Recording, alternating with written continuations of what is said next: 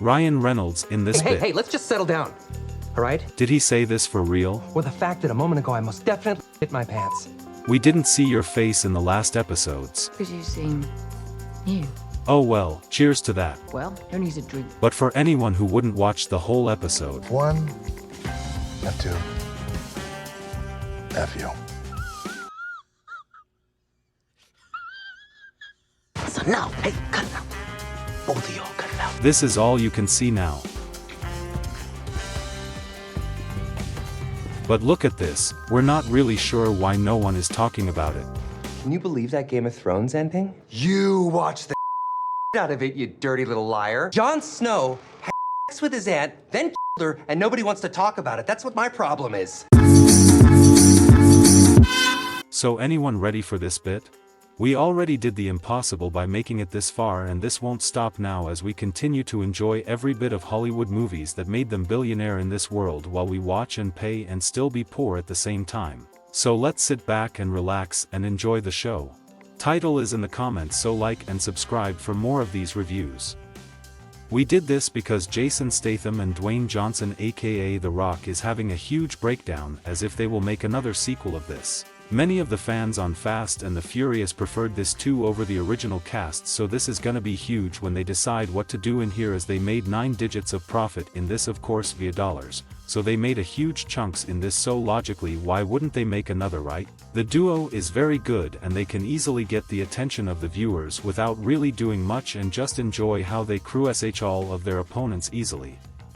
If we're gonna watch another action movie like this, I think in essence you guys should hit us up and comment down below what is the next movie we should review, so we know if you guys really follow what we are building here. Now everyone like this, okay? Okay? I said okay. But did you like it already, or are you still the stubborn guy who wouldn't like the video because his one hand is already at his balls while watching a movie? This shouldn't be that kind of movie, as we're about to make lots of action movie. If we are gonna be the best channel review ever in YouTube platform, we can also upload this in different platform, but hey, why would we right now? Enjoy the show now, as this intro is getting so long my hands are getting tired of typing the script.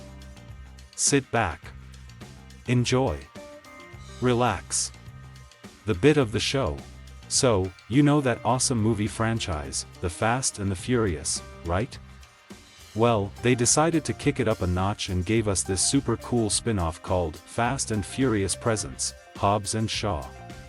It's like a buddy action film that brings together two of the franchise's badasses. Luke Hobbs, played by Dwayne Johnson, you might know him as The Rock, and Deckard Shaw, Jason Statham, the guy with the killer action moves. The best part? It's got that same high-octane vibe that we all love from the main series. The crazy car chases, mind-blowing stunts, and that sense of family and loyalty, it's all there. But this time, they're facing off against an even bigger threat.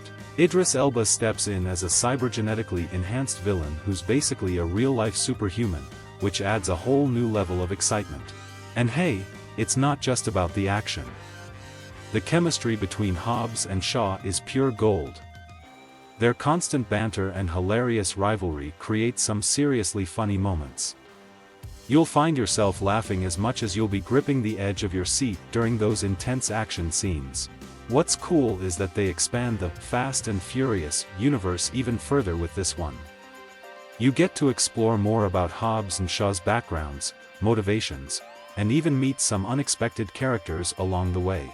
So, if you're into jaw-dropping action, heart-pounding adventure, and a healthy dose of humor, Hobbs and Shaw is totally worth checking out. It's like a turbocharged ride that keeps the adrenaline pumping and the entertainment sky high. Enjoy. Most of the movie, Fast and Furious Presents Hobbs and Shaw, by David Leitch, is exactly what you would expect based on its silly title. What do audiences really want? They want to see Jason Statham and Dwayne Johnson have some fun interactions. Do they want them to fight each other a few times? Yup. Can we have a car chase that doesn't follow the laws of physics? Yes, we can have 2 of them. In simpler terms, the fight scenes become confusing towards the end, which makes you lose interest and wish that Hobbs and Shaw had a more substantial story. However, at that point, you most likely won't be concerned. David Leitch has shown that he is really good at showcasing the abilities of action movie stars. He did this in movies like John Wick, Atomic Blonde, and Deadpool 2. He helped bring out the hidden talents of Keanu Reeves, Charlize Theron, and Ryan Reynolds, so it totally makes sense to give him this separate movie from the Fast and Furious big series. Leitch quickly starts the movie by showcasing the best qualities of Johnson and Statham. He uses a script written by Chris Morgan and Drew Pearce. The film begins with 2 fight scenes, alternating between the characters, which really showcases what fans admire about them.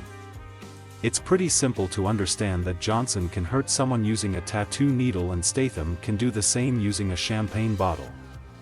It may seem basic, but there is something special about how straightforward it is. Oh, yes, these people. I am familiar with these people. I really enjoy hanging out with these people. Let's do really well or show our skills. And, for a while, Hobbs and Shaw meets those simple expectations.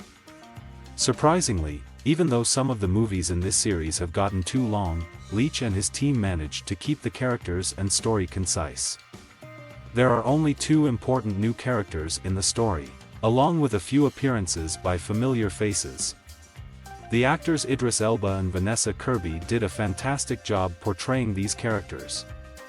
The actor from The Wire portrays a character named Brixton, who describes himself as a powerful and threatening individual. Brixton is a member of a secretive military technology organization called Edeon.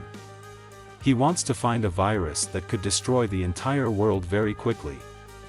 However, Hattie Shaw, who is a spy for MI6 and also his sister, gets it first and puts it in her own body.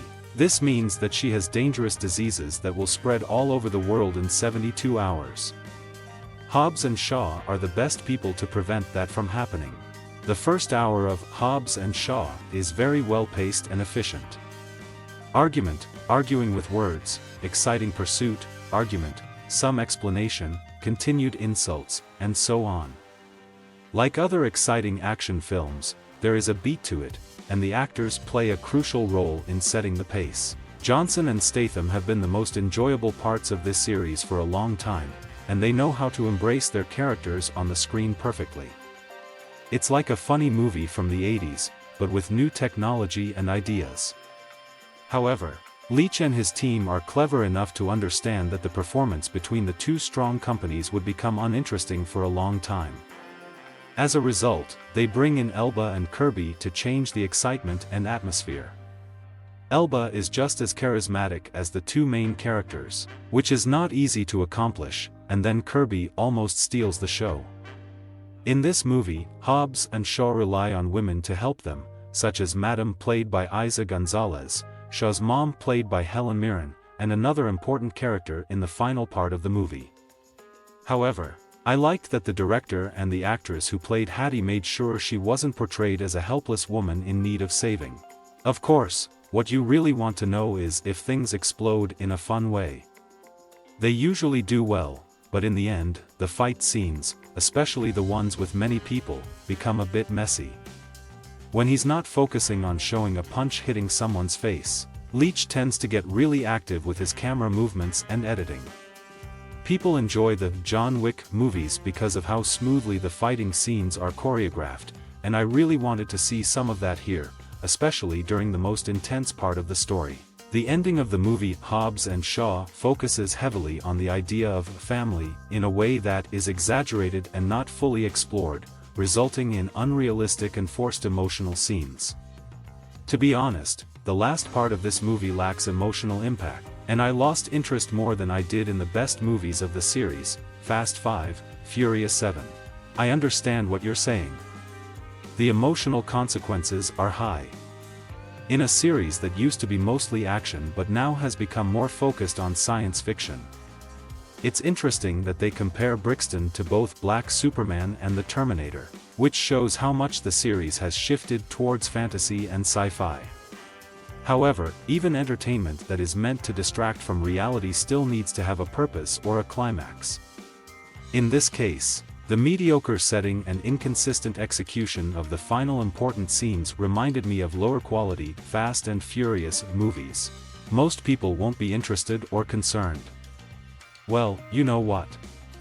When I see this again when I'm at home, I might not care either. Honestly, the summer of 2019 has been lacking in exciting and mindless enjoyment. And it's worth mentioning that it's enjoyable to see four charming movie stars interacting with each other for a little over 2 hours. As critics have mentioned before, this movie is perfect for relaxing and enjoying with popcorn. You can forget about your worries and just have a good time. Hollywood is often criticized for focusing on making money instead of creating good movies. However, Hobbs and Shaw is a really enjoyable and exciting new movie.